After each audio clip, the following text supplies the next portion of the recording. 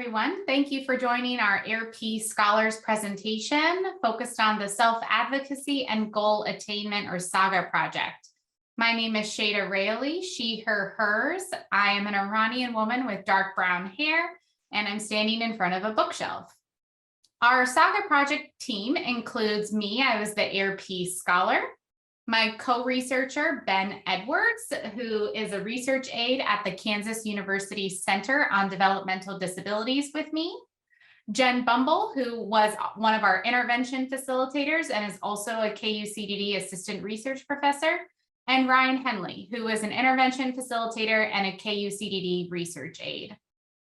Our SAGA project was focused on exploring the impact of an evidence-based intervention, the self-determined learning model of instruction, or the SDLMI, on self-determination, executive processes, health, and post-goal outcomes for autistic adolescents. The self-determined learning model of instruction, or the SDLMI, is an evidence-based practice to support youth and young adults to set goals, take action towards those goals, and adjust those goals or plans based on what they've learned.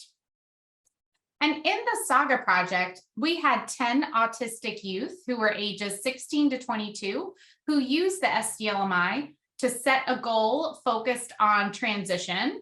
And then we also had 10 autistic youth and young adults that were the same ages in a business as usual or control group. For the participants in the SDLMI intervention group, they engaged in weekly 90-minute virtual sessions. We planned on in-person sessions, but because of participants' preferences as they navigated the COVID-19 pandemic, we met virtually. The goals that participants' goals focused on were executive processes, physical and mental health, post-secondary education, social areas, and employment. And we also had an autistic advisory board that met monthly to provide feedback on materials, identify strategies to adjust challenges, and support refinement of the SDLMI. And I'll turn it over to my co-researcher, Ben Edwards. Hi, my name is Ben Edwards, he, him, his. I am a white man with brown hair, glasses, and a goatee sitting in front of a bookshelf and a lamppost.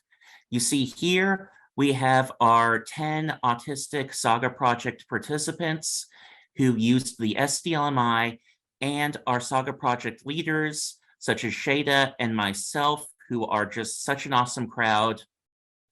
As we mentioned before, our participants in the SAGA project set goals related to executive processes, physical and mental health, post-secondary education, social, and employment.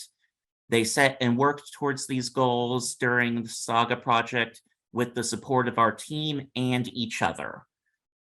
We used different ways to engage our participants during the SAGA project because we were virtual. So we had things like videos, we had Padlet, which is a kind of digital bulletin board, and Google Docs to help our participants to brainstorm and keep track of their progress towards their goals.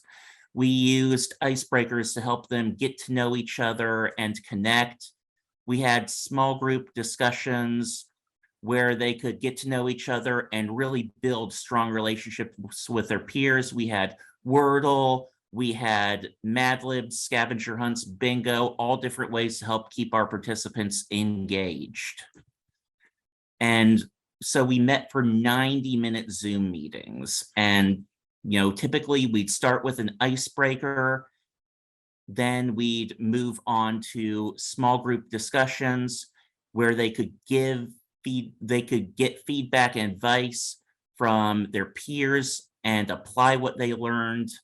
Then, you know, if anyone needed any more support after that, they could stay behind and we'd give them one-on-one support or meet with them later in the week. And so here we have a couple questions related to the SAGA project. So we had great engagement from our participants, and they wanted to continue. So one question we had is, how can we seek and secure funding to continue this work? Also, as we mentioned, the SAGA project was conducted virtually. So what might be community spaces or contexts we can consider in the future?